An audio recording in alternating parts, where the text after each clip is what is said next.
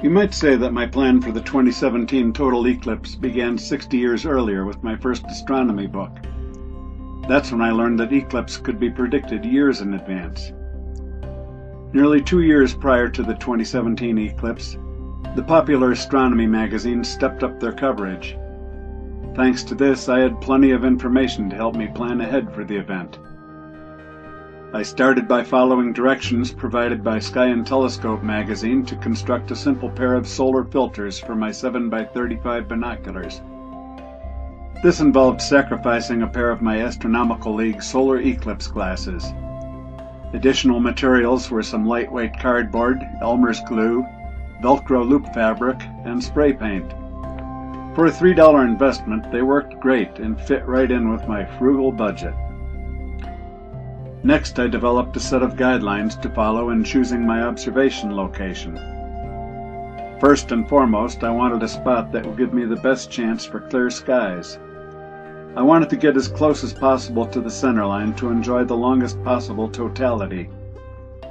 I didn't want to make any overnight stays en route to the location, so it had to be within about 500 miles of Denver.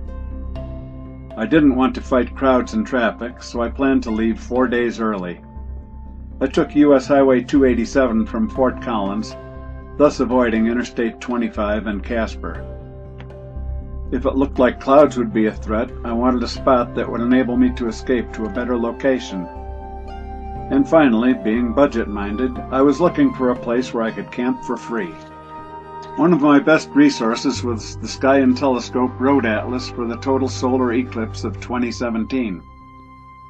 Using the large-scale maps, I determined that my 500-mile range would put me somewhere between Idaho Falls, Idaho, and Omaha, Nebraska.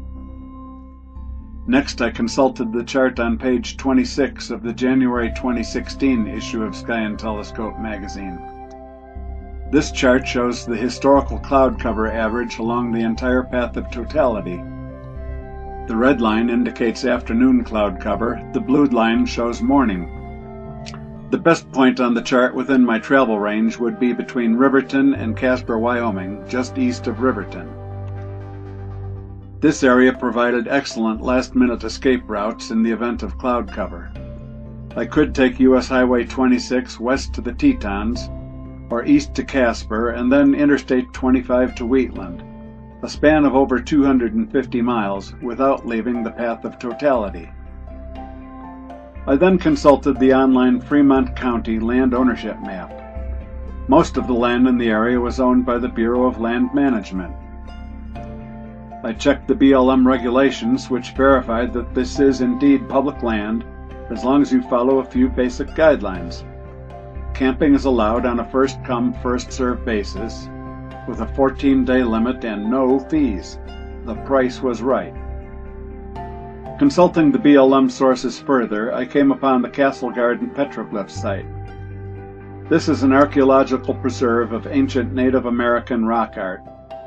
There is a campsite, but no water or restrooms are available, so I came prepared. The site is about 30 miles east of Riverton off Wyoming Highway 136. This highway dead ends at a uranium mine 10 miles past the Castle Gardens turnoff. The final 12 miles to the site is unpaved road. It sounded like this might satisfy my requirements for remoteness. It was roughly 10 miles off the center line, which would yield over 2 full minutes of totality. The area is quite beautiful, with limestone cliffs and canyons. And of course, the petroglyphs.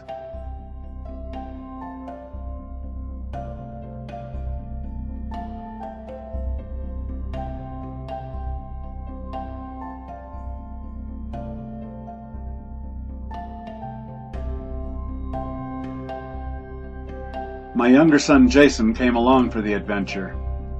We arrived on Thursday evening, August 17th, just in time to set up camp before dark. On Friday morning I set up my 15-inch Dob. We had 3 days to kill. It was the end of the last quarter moon. We had Bortle 2 skies. It was perfect for a little stargazing. On Friday and Saturday night, I was a popular guy, outreaching to my fellow campers with views of Saturn, the Hercules cluster, and more. During the day, we kept ourselves amused with my 20 by 80 binoculars. We had a perfect view at least 5 miles down the entry road and watched the newcomers on their way into the site. And they kept on coming. I thought this spot was so remote that very few people would take the trouble to find it. I was wrong. Here's a photo of our camping area on Friday morning and another on Eclipse Monday. In a local media news item, the BLM later reported that about 2,000 people came to Castle Gardens and left the area in excellent condition. Despite my aversion to crowds, we managed to have a good time and even made a few new friends, including friendly representatives of the BLM and some very young eclipse observers.